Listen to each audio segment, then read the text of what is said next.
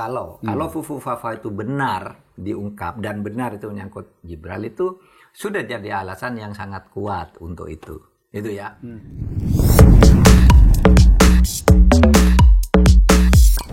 Seperti yang sudah kita bahas sebelum-sebelumnya, proses pemakzulan Gibran bukanlah sesuatu perkara yang sulit.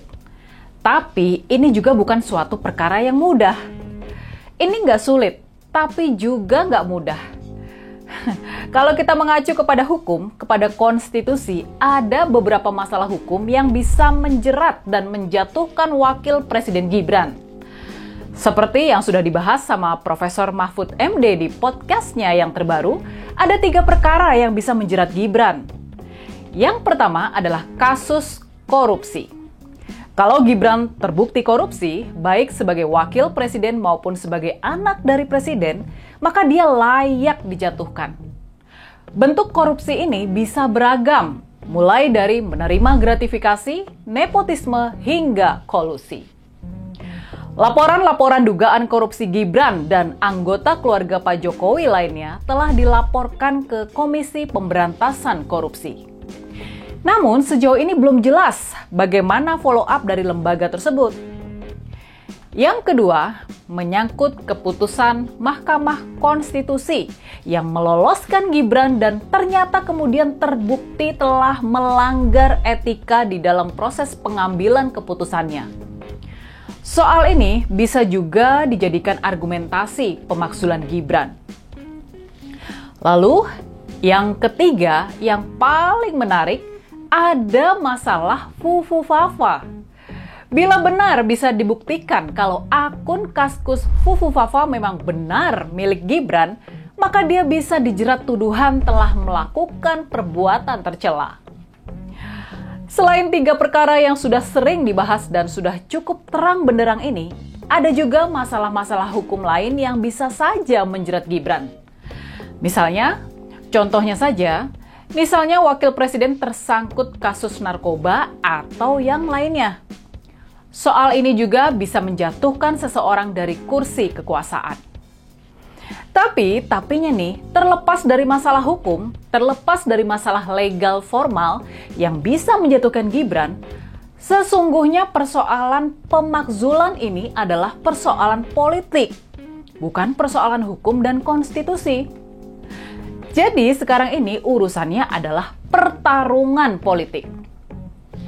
Pertanyaannya, seberapa kuat kubu-kubu yang pro pemakzulan bakal terus mendorong isu ini sehingga mendapat dukungan yang terus meluas dan menguat, khususnya dari partai-partai politik.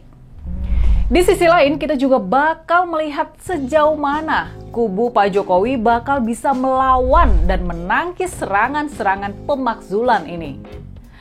Tapi terlepas dari semua masalah hukum dan pertarungan politik ini, sesungguhnya kalau kita mau jujur ya, sesungguhnya masalah pemakzulan Gibran sekarang ini cuma bergantung pada kesepakatan di antara 2 orang saja, yakni Presiden Prabowo Subianto dan Ibu Megawati Soekarno Putri. Kalau Pak Prabowo dan Ibu Mega merasa hal ini harus dilakukan, pemakzulan Gibran bakal terwujud. Tapi sebaliknya, kalau mereka tidak mau terjadi keributan politik di tengah kondisi ekonomi yang semakin sulit ini, maka isu pemakzulan Gibran tampaknya bakal dibiarkan menggantung sebagai ancaman yang menyandera kubu Solo. Nah, sementara kubu Solo tersandera oleh ancaman pemakzulan Gibran ini, sementara mereka nggak bisa leluasa bergerak, Pak Prabowo bakal lebih leluasa membenahi pemerintahan dan kondisi ekonomi, terlepas dari cawe-cawe dan campur tangan mantan Presiden Jokowi. Pak Prabowo bisa mulai mempreteli orang-orang Jokowi yang masih banyak bercokol dan mengganggu pemerintahannya.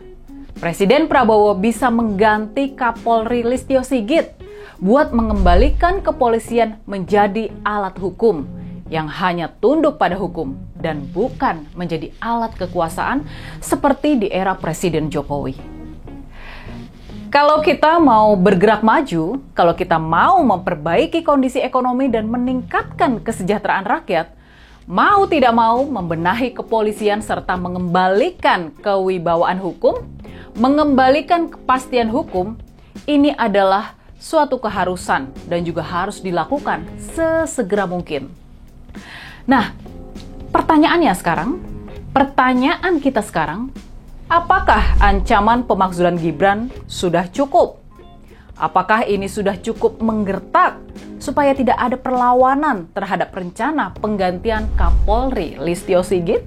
Kita tahu, kita paham, menguasai lembaga hukum seperti kepolisian adalah senjata utama dari Pak Jokowi selama ini buat menundukkan lawan-lawan politiknya. Makanya, kita juga bisa mengerti kalau kubu Solo bakal berusaha mati-matian mempertahankan penguasaan atau pengaruh terhadap senjata ampuh ini. Yang bisa kita bahas juga, hal menarik yang patut kita cermati terkait masalah politik terkini, hal tersebut adalah pesan Ibu Mega kepada Pak Sufmi Dasko, kepada Ketua Harian Partai Gerindra Sufmi Dasko, dan kepada Menteri Sekretaris Negara Prasetyo Hadi. Menurut Pak Prasetyo Hadi, ketika mereka mengunjungi rumah Ibu Mega buat membawa pesan rahasia dari Presiden Prabowo, Pak Prasetyo dan Pak Dasko mendapatkan pesan dari Ibu Mega supaya menjaga Pak Prabowo. Mereka diminta buat menjaga Presiden Prabowo. Nah, sampai di sini kita perlu berhenti sejenak dan berpikir, apa makna dari pesan Ibu Mega ini? Mengapa Ibu Mega berpesan seperti itu? Pertanyaan penting yang patut kita ajukan adalah ini. Apakah lewat pesannya kepada Pak Prasetyo dan Pak Dasko, Ibu Mega memberi kita peringatan kalau keselamatan Pak Prabowo mesti dijaga? Apakah itu berarti Presiden Prabowo berada dalam ancaman? Lalu, kalau memang benar begitu, lantas apa ancaman yang mengancam Presiden Prabowo sehingga seorang Menteri Sekretaris Negara dan Ketua Harian Partai Gerindra harus turun tangan melakukan penjagaan? Nah, kalau menurut kalian, perlukah kita mengkhawatirkan keselamatan Presiden Prabowo? Kalau jawabannya iya, apa ancaman yang mengancam Presiden Prabowo itu? Tulis ya analisa kritis kalian di kolom komentar.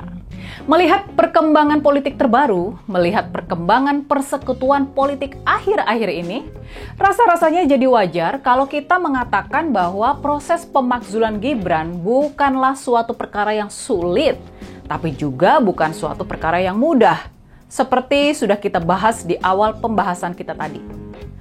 Masalah pemakzulan Gibran, terlepas dari kemudahan yang ada di dalam proses dan argumentasinya, masalah pemakzulan Gibran membutuhkan hitung-hitungan politik yang banyak dan harus cermat. Memang sekarang ini masalah pemakzulan Gibran cuma bergantung pada hitungan dan kesepakatan dari 2 orang saja. 2 dari 3 tokoh politik terpenting dan terkuat di negara kita, yakni Presiden Prabowo Subianto dan Ibu Megawati Soekarno Putri. Tapi kita juga harus menghitung seberapa kuat perlawanan yang bakal mereka hadapi. Seberapa nekat perlawanan yang bakal terjadi. Semua itu harus masuk dalam perhitungan-perhitungan. Nah, setelah memahami kompleksitas politik sekarang ini, setelah memahami kompleksitas masalah pemakzulan Gibran, gimana kalau menurut kalian? Menurut kalian, apa yang bakal terjadi dalam minggu-minggu ke depan?